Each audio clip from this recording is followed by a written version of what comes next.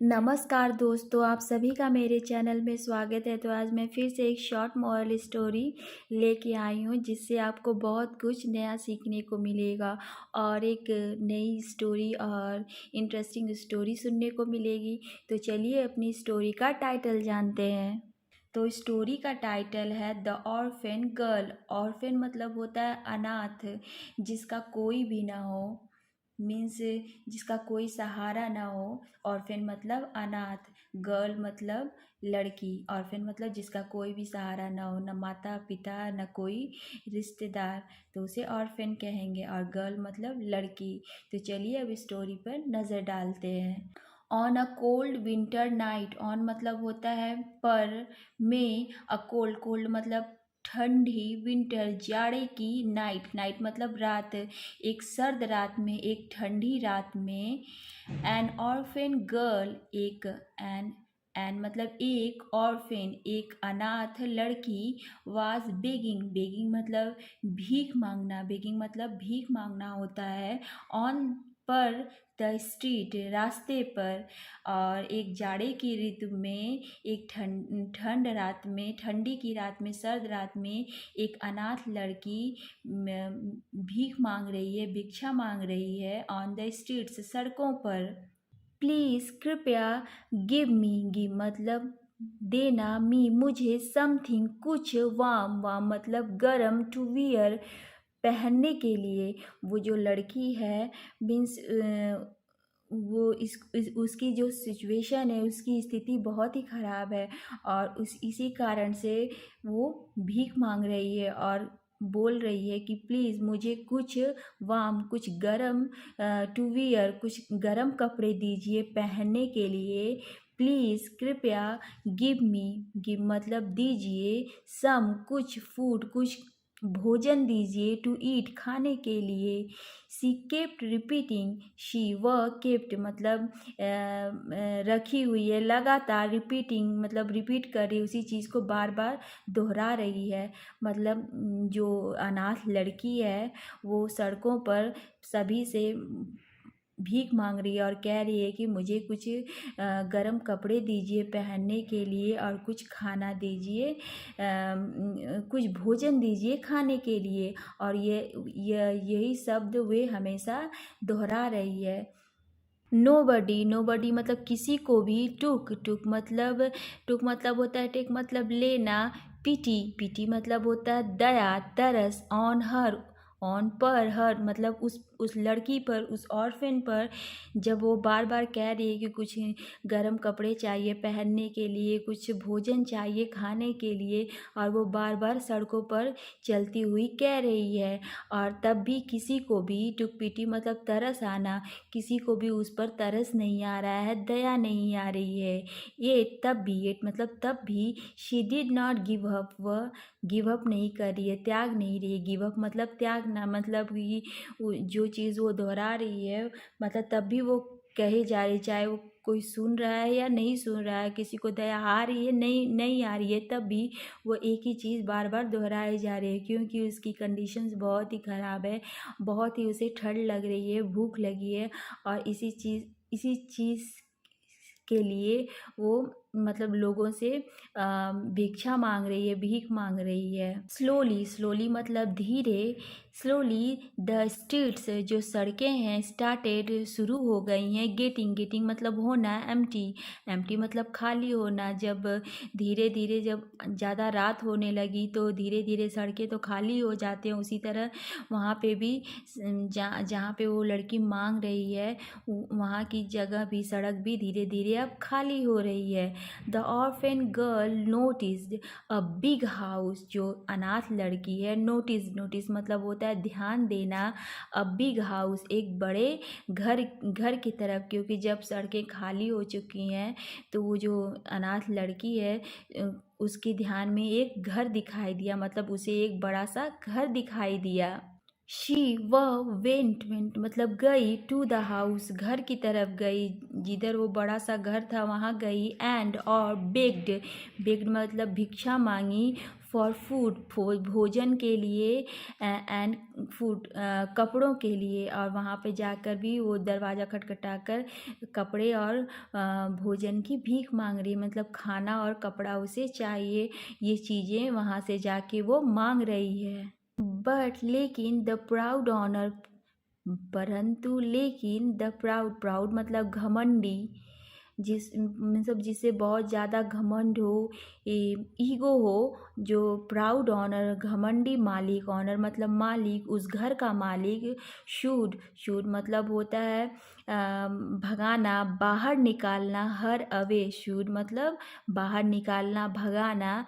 हर उस लड़की को, अवे दूर।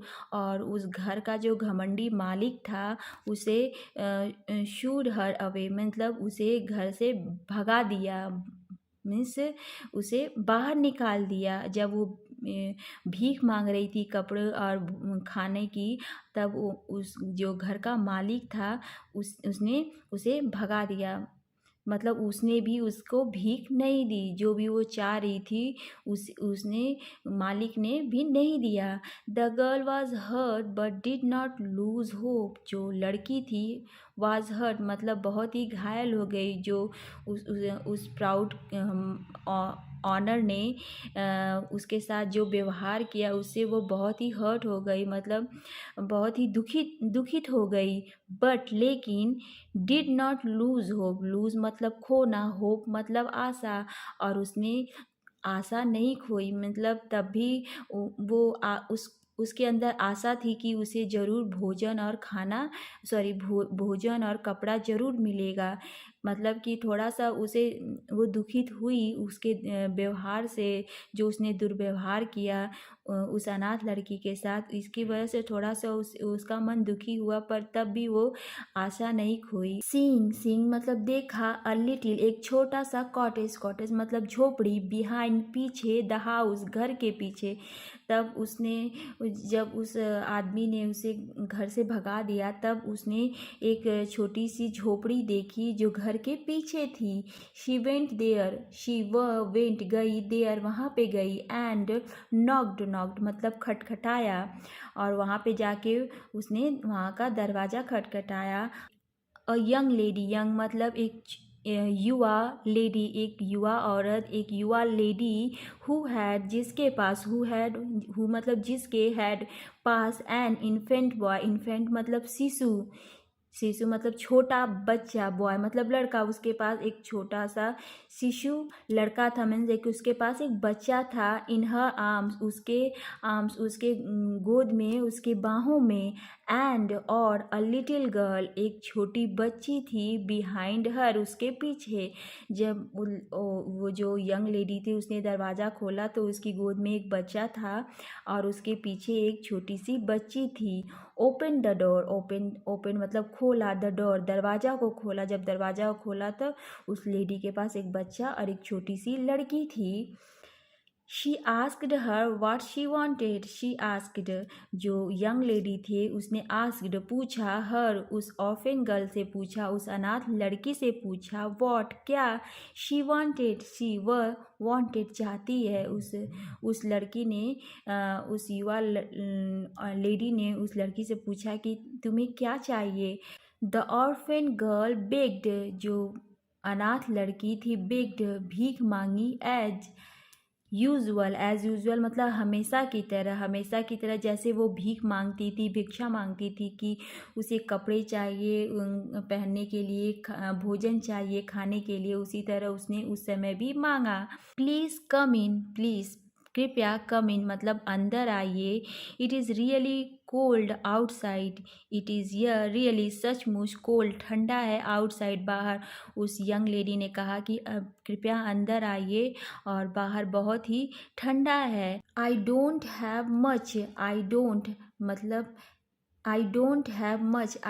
हैव मच मतलब मेरे पास बहुत कुछ नहीं है। आई डोंट हैव मच मतलब मेरे पास बहुत कुछ नहीं है।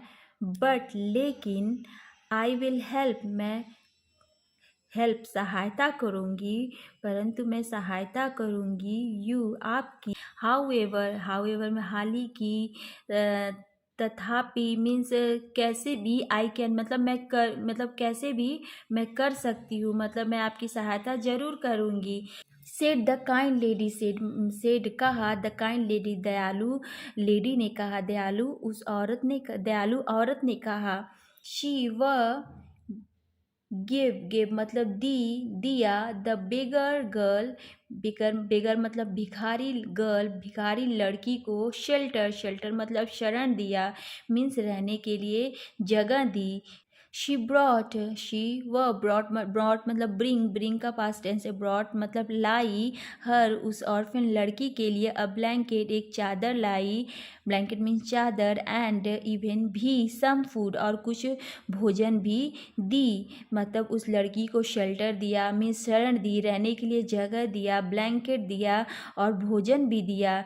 द नेक्स्ट मॉर्निंग अगली सुबह, नेक्स्ट मतलब अगली, मॉर्निंग सुबह, वेन जब, द लेडी वोकअप जब जो औरत थी, जो लेडी थी, यंग लेडी वोकअप जगी, शी वॉज सरप्राइज्ड अगली सुबह जब वो जगी, शी वॉज सरप्राइज आश्चर्यचकित हो गई, चौंक गई, टू सी देखकर, हर सेल्फ अपने आप को, लेइंग मतलब लेटा हुआ, पड़ा हुआ, ऑन पर, अ गोल्डन मतलब होता है सुनहरे, सोने के बेड मतलब सोने के बेड पर, विथ साथ में, हर चिल्ड्रेन अराउंड हर और उसके जो बच्चे थे अराउंड हर उसके पास।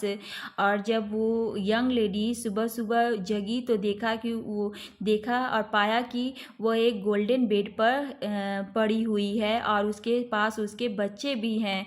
देयर मतलब वहाँ, वॉस था, नो साइन, नो मतलब नहीं, साइन मतलब मार्क, चिन्ह, ऑफ द ऑर्फन गर्ल उस अनाथ लड़की का, एनीवेयर कहीं भी नहीं।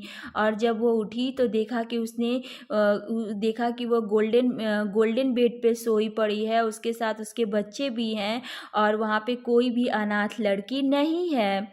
शी वह ऑल्सो भी फाउंड पाई अ नोट मतलब होता है एक नोट लिखा हुआ, मीन्स एक चिट्ठी थी, एक पत्र था, विच सेड जो कह रहा था, मीन्स उस चिट्ठी में लिखा हुआ था, माई चाइल्ड मेरे बच्चे, you were kind to me, तुम वेयर थी, काइंड दयालु थी, टू मी मेरे लिए, मतलब उस चिट्ठी में लिखा था तुम बहुत ही दयालु थी मेरे लिए।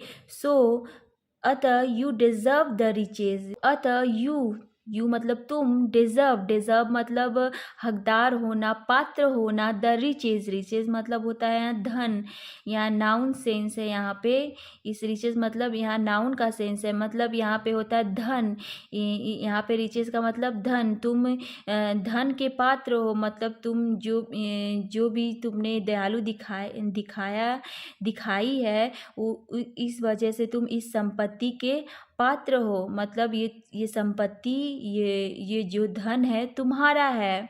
योर हेवनली फादर, योर तुम्हारा, हेवनली मतलब स्वर्ग का, स्वर्गीय, फादर तुम्हारा स्वर्गीय पिता।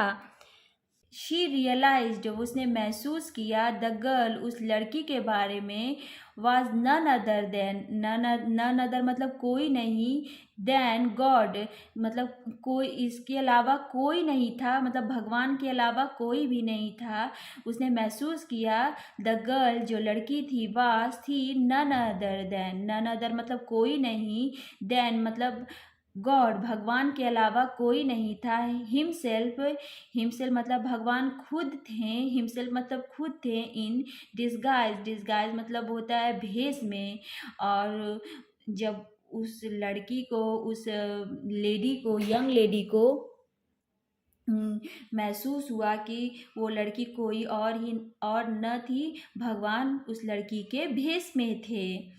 यंग लेडी थी, उसे एकदम ख्याल आ गया कि वो जो लड़की थी वो और कोई नहीं था, वो भगवान थे, गॉड थे। सो तो आप यहाँ पे देख सकते हैं कि तो आप यहाँ पे देख सकते हैं कि ये जो यंग लेडी है उसका छोटा सा बच्चा, एक छोटी बच्ची पीछे खड़ी है, और ये ऑर्फन गर्ल है जो भगवान भेष बदल कर आए हैं, मीन्स गॉड भेष बदल के आए हैं। सो इस स्टोरी से पता चलता है कि भगवान भी मीन्स सच्चे की मदद करते हैं। जो सच्चा होता है, जिसका दिल साफ होता है, उसे ज़रूर मतलब उसकी हेल्प भगवान ज़रूर करते हैं, ईश्वर ज़रूर करते हैं। सो आज की स्टोरी कैसी लगी प्लीज़ कमेंट करिएगा, और मेरे चैनल को share, like and subscribe and support करिएगा। सो मिलते हैं नेक्स्ट वीडियो में। Thank you.